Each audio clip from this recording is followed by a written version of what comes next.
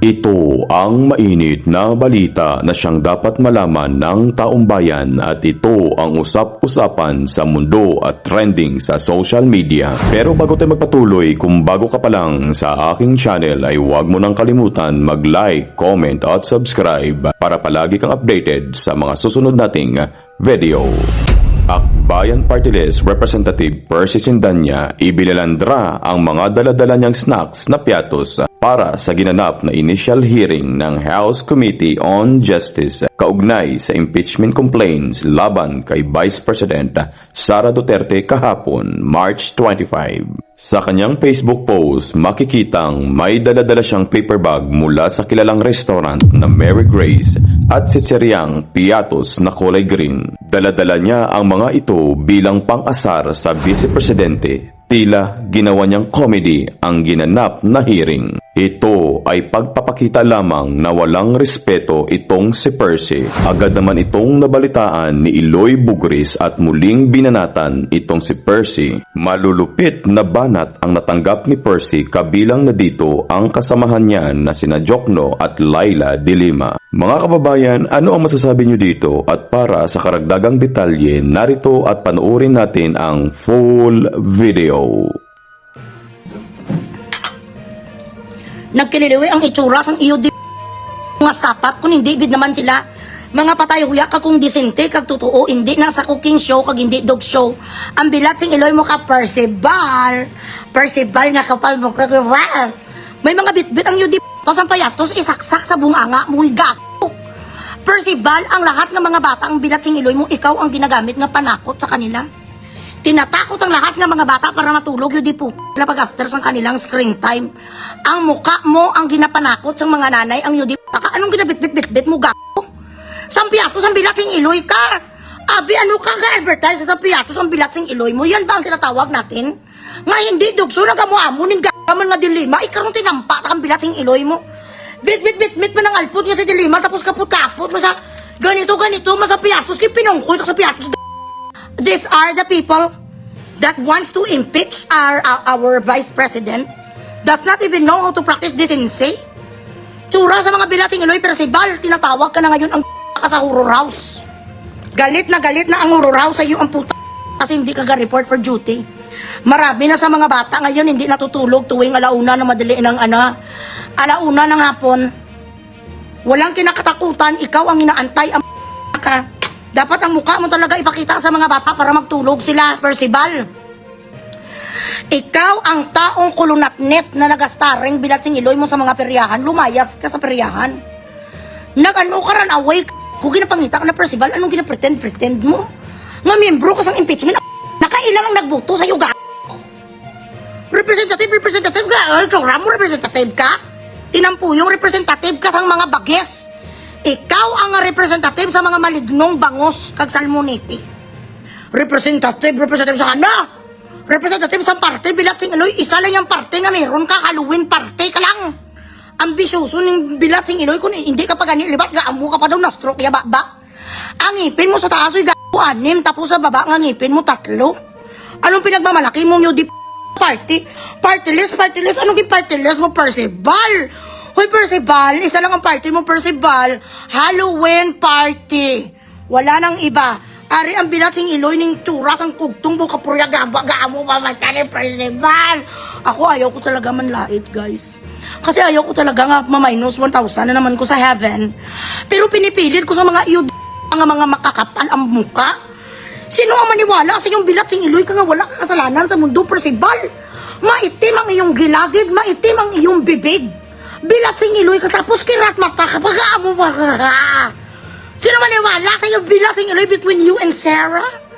Maniwala kami sa iyong ang hilagid mo ha?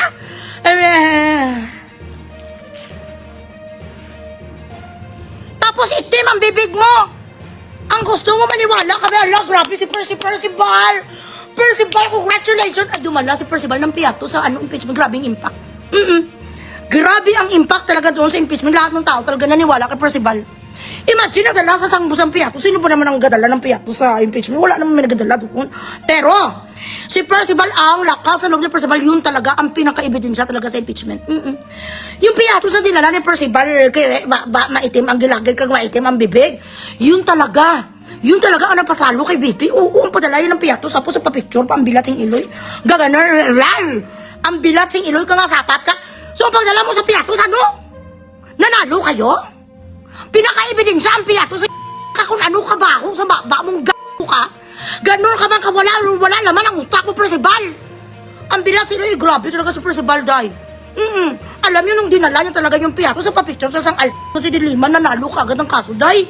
Talo ka agad si BP, imagine. Imagine nyo lang ha, na ang pinaka-the best talaga nga ebidensya sa impeachment, ang piyatos talagang dinala nila.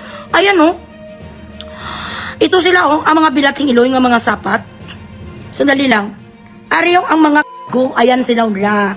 Si Dilima Chikinini, nagsuot-suot ka na naman sa bandana mo sa liig, tapos sino ni sa gitna, hindi ko kilala. Ang mga iyo ano ang ginstaren? Bilatsing iloy, ano ang impact yung sa piyata sa mga bilatsing iloy? Ito din ang nagpicture sa inyo, isa rin ka adictus, nagpicture yung piyatos mga dapat hindi ito pinapansin ng nga si Dilima, uy babalo. Dilima babalo, ang gurang ko rinot, maladray ang p***ay. Amo na ni bala Dilima, ang sitwasyon mo Dilima, nung bilatsing iloy ka, wala na may nagasup-sup sa iyong bastos ka pa, inamin mo pang yudi ka nga, ikaw ay isang kabit kag tot ka kayo. Jonelle, kanto ako, Jonelle. Amo na ng sitwasyon mo, Dilima, yun di po, kahit bilatsing iloy, hindi sa'yo. Pero kaya gagawa ka pa rin sa mga ganitong bagay. Anong klase ka, Dilima, nga abogada? Anong klase ka, bilatsing iloy, kapapet, yun di po, Trillanes. Ito ka mo ni Trillanes. Binibigyan ka pa ni Trillanes kahit papano sa mga isang oras para malukit-lukit ang iyong ingron? Ito ba ang gawain sang isa? Is this the decent doing of an entity who wants to impeach the second highest position of the Philippines? Are this the people that we're supposed to take seriously? Are this the body of a certain bilatsing ilo useless entity that would form a bilatsing Iloy fraternity that attacks our vice president? Do you think we're going to take you seriously? Pagkatapos, after you show your shenanigan in public, ayala, ako hindi ko naniniwala sa mga ganito, ng mga iyo di po makikitid ang isip. Ma-impeach ka bilatsing Iloy, tapos ang naga-impeach sa'yo, gamo ng itsura Percival. Ang itsura sang di po ukat-ukat, iyo. Ikaw dapat ang i-impeach, Percival. Bakit naging ganun ang pagmumukha mong bilatsing Iloy? Wanted ka na sa Manila Zoo. Excuse me. Si Jokno